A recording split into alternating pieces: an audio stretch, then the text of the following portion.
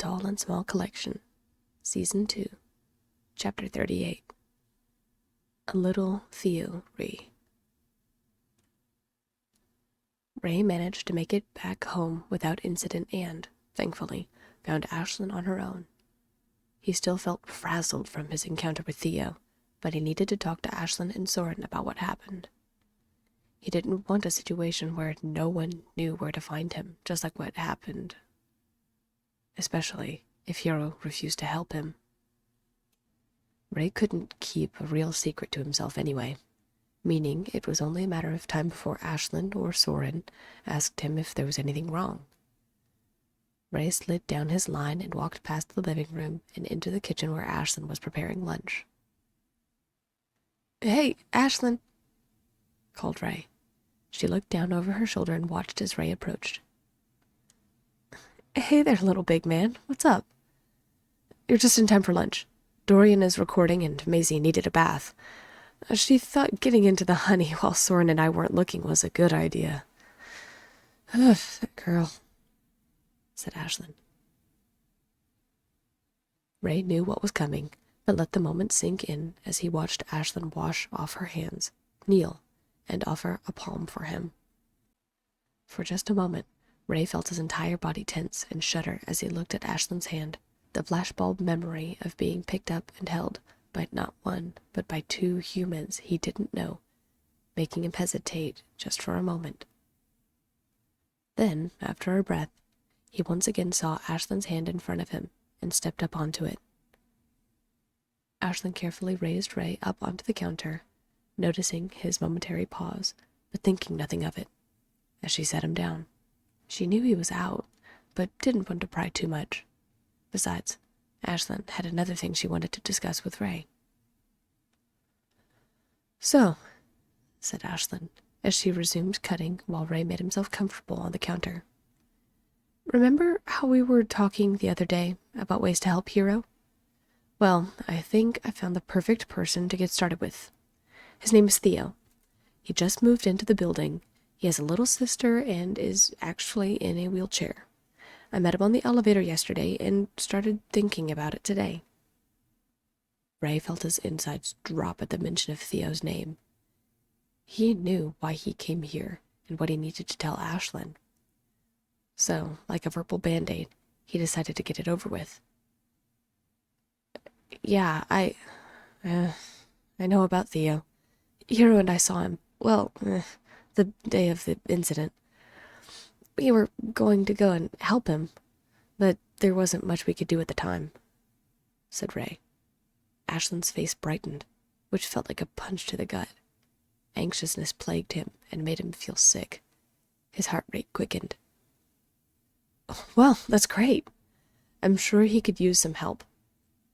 Why don't you ask Hero if he'd be up for dinner with us sometime and see if he'd be interested in going to help Theo?" Ashlynn suggested. "Well, I just came from there. Both places, actually," muttered Ray. He reached up, as he had seen Soren do so many times, and awkwardly scratched the back of his neck. It was a dead giveaway for both Soren and Ray, trying to find a way to say something that was particularly difficult, wording their next phrases carefully. "Oh no. What?" asked Ashlynn. Ray bit his lip and knew that he needed to pry this verbal band-aid away soon. "I went over to see Hero today. I was just going to see what was going on with him. He seem like... I don't know. He doesn't seem to even want to get out of bed. He's super sad, and I don't know if he wants to help humans anymore," said Ray.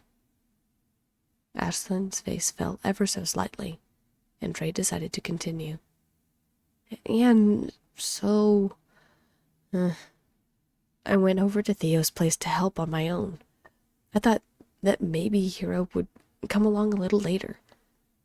But something else happened instead." Ashlynn's eyes widened. "Ray, you weren't Ray knew exactly what the next words were and nodded. Seen, yeah, and a bit more than that if I'm being honest, he muttered. Ray wasn't sure if he felt disappointed in himself or if it was dread for Ashlynn's reaction, but he elected to avert his eyes and continue. I saw the girl's broken toy and saw the pin and spring fall in between the floorboards. I got them and was being super careful and Ash... I didn't hear her. What? Ashlynn immediately crouched and tried to catch Ray's pale blue eyes in her own blue-gray gaze. Are you okay? Her fingers immediately crested over the edge and lifted Ray's arms so she could inspect him lightly. Yes, I'm all right, muttered Ray. But I'm not done. She managed to get her hands on me. I was in the attic of some kind of dollhouse and she blocked my way. I played dead and pretended I was a toy. And she bought it, but Theo... he knew I wasn't a toy. Ray! Ow! I mean... He laid his finger on my chest. I tried holding my breath, but I wasn't prepared. And he talked to me immediately after before letting me go. Finished Ray.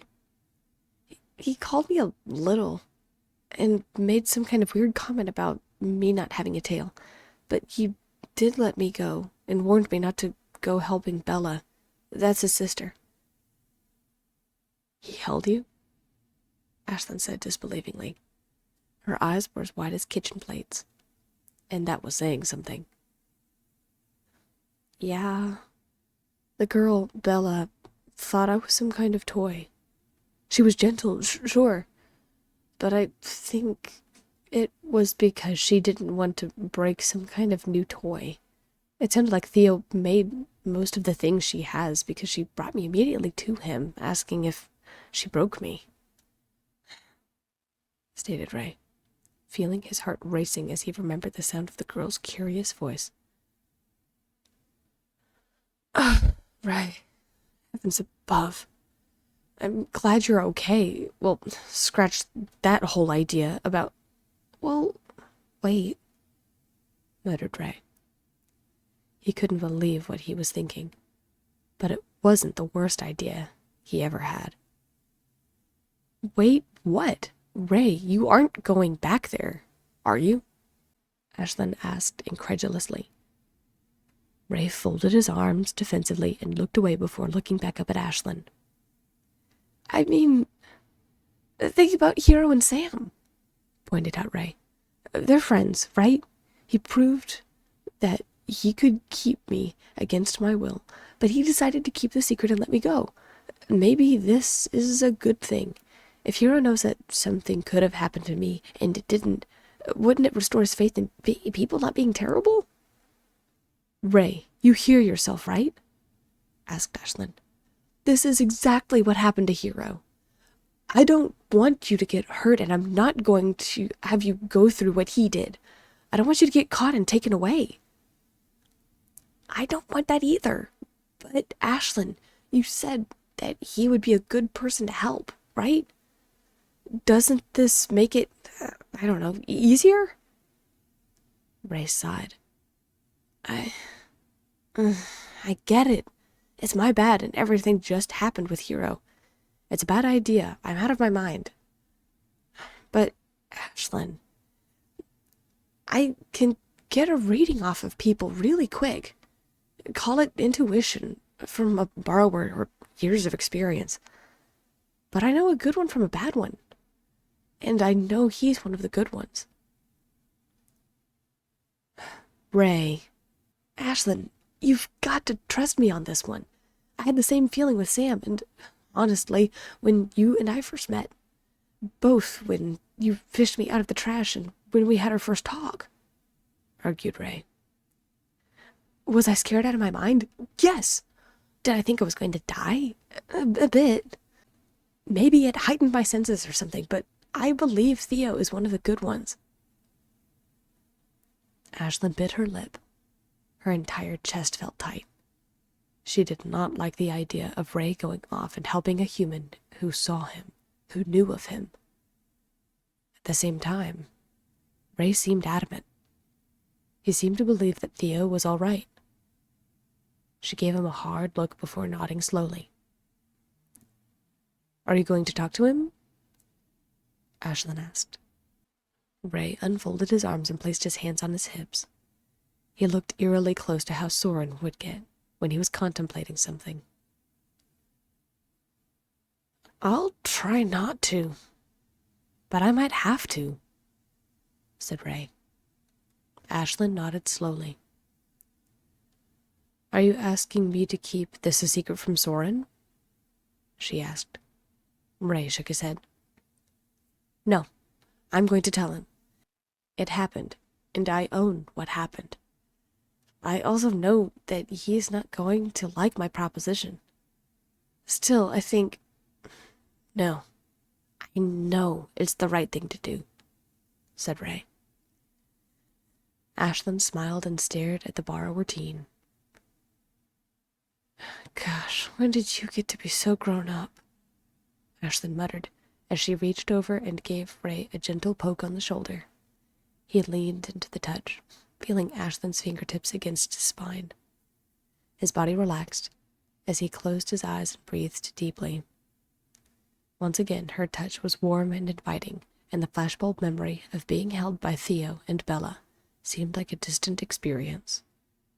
Ray hoped silently that Soren, his oldest brother, would be just as understanding. The conversation with Soren went just as Ray expected. Much like Ashlynn, Soren immediately investigated to see if his brother was injured before giving him a scolding about his idea of going back. "And what on earth is a little?" Soren asked, scratching his head before folding his arms. Ashlynn, a quizzical look on her eyebrow, pulled out her laptop and started researching the term while Soren continued to speak. "No, I don't like it. You don't need to go back there, and you don't need to be helping humans. There are plenty of borrowers in the community to help, Ray. Plus, you have your inventing." "I can't do that," said Ray. "Did you not learn anything from what just happened to Hero?" scolded Soren. "Do you want that to happen again?" "Of course not," argued Ray. "But I'm not going to cower back and be afraid either. I know how to handle myself, and I'm going to help Theo. Ashlynn even said that he's in that one chair thing. So even if he sees me, it'll be hard to get me. Worst case scenario, of course. You know what I mean." "And you're ready to take that risk? What if Theo or Bella decide that they want to keep you, like how Lily wanted to keep Hero?" asked Soren. "I don't think he will. He let me go the first time, and I don't plan on having normal conversations with him unless it's necessary. But like I said, even if I talked to him, I think everything would be fine. I wouldn't tell him anything about us," argued Ray. "Whoa. Guys?" muttered Ashlynn as she looked at her screen. I hate to say it, but I think Ray might actually be right about Theo." Both brothers looked over at Ashlynn, Soren with a harsh look in his eyes while Ray looked curious and relieved. What do you mean?" asked Soren. "You can't be okay with this." "I'm not entirely okay with it," said Ashlynn, "but I think that Theo knows more than we suspected." Soren's eyes widened as he felt his heart drop into his shoes. Ashlynn turned her computer around, and immediately, Soren and Ray felt their jaws slacken and hit the ground. There, on the screen, were pictures of both cartoon and realistic-looking people who were standing next to teacups and balls of yarn. Some of them looked a bit comical with large front incisors and long tails like mice, but their attire and stature nearly matched borrowers perfectly. What is this?" breathed Soren. "It looks like a book series," said Ashlynn. There are a bunch of websites and books about these guys called Littles. John Peterson did the series. It seems like they aren't supposed to talk to people, but end up talking to the human of their house. Yeah, here. When they accidentally get caught. If Theo knows about this and the series, he probably knows about the rules and things too. Ray stared at the images in front of him, as did Soren. They couldn't believe it. Someone had written about this, about people like them. Sure, there were differences, but how significant were those differences? Did this John guy actually meet a borrower or borrower community? Well, there you go then. This is probably what Theo was talking about. He mentioned about me not having a tail and stuff. I'll bet this is what he had in mind, said Ray as he pointed to the figures on the screen. Soren folded his arms and shook his head. Ray, if anything, it proves that he's interested. I don't like it, muttered Soren. He looked at the small figure on the screen and found himself turning away once again. I know how you're feeling, Soren. I get it. I just can't explain it. I think this is a good thing. If he knows, he won't tell. Isn't that a good thing? Asked Ray.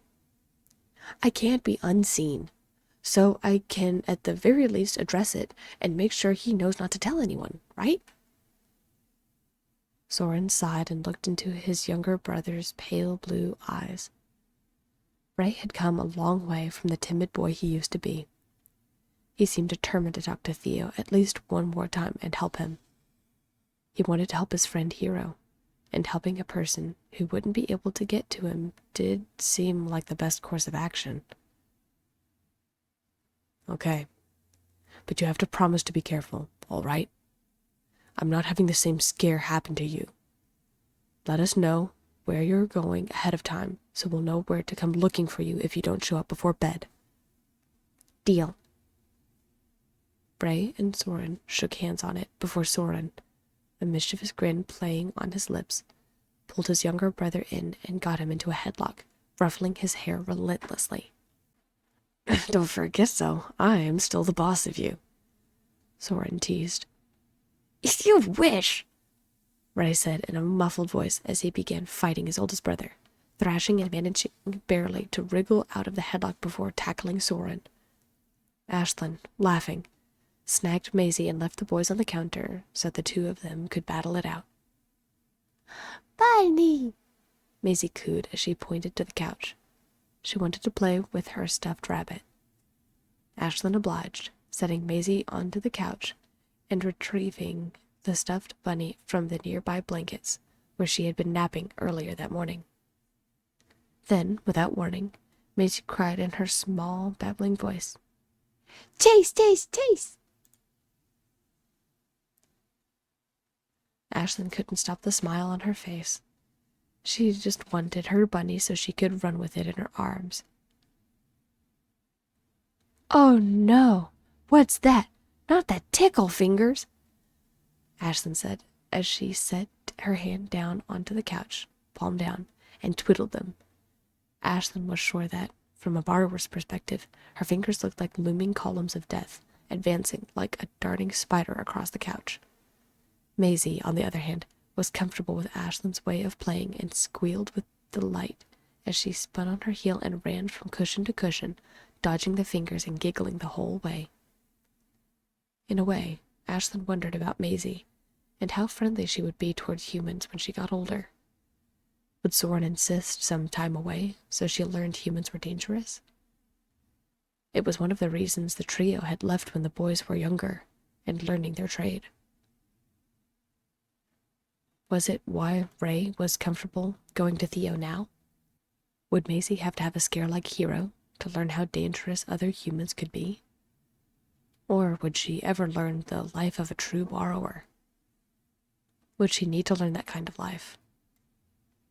Ashlynn wasn't sure. What she did know was she would help support and protect all of them, including Maisie, with every fiber of her being. She could only hope that Ray, now that he was getting older, would make the correct judgment calls like his eldest brother. He learned from the best, and now it was time to put it into practice.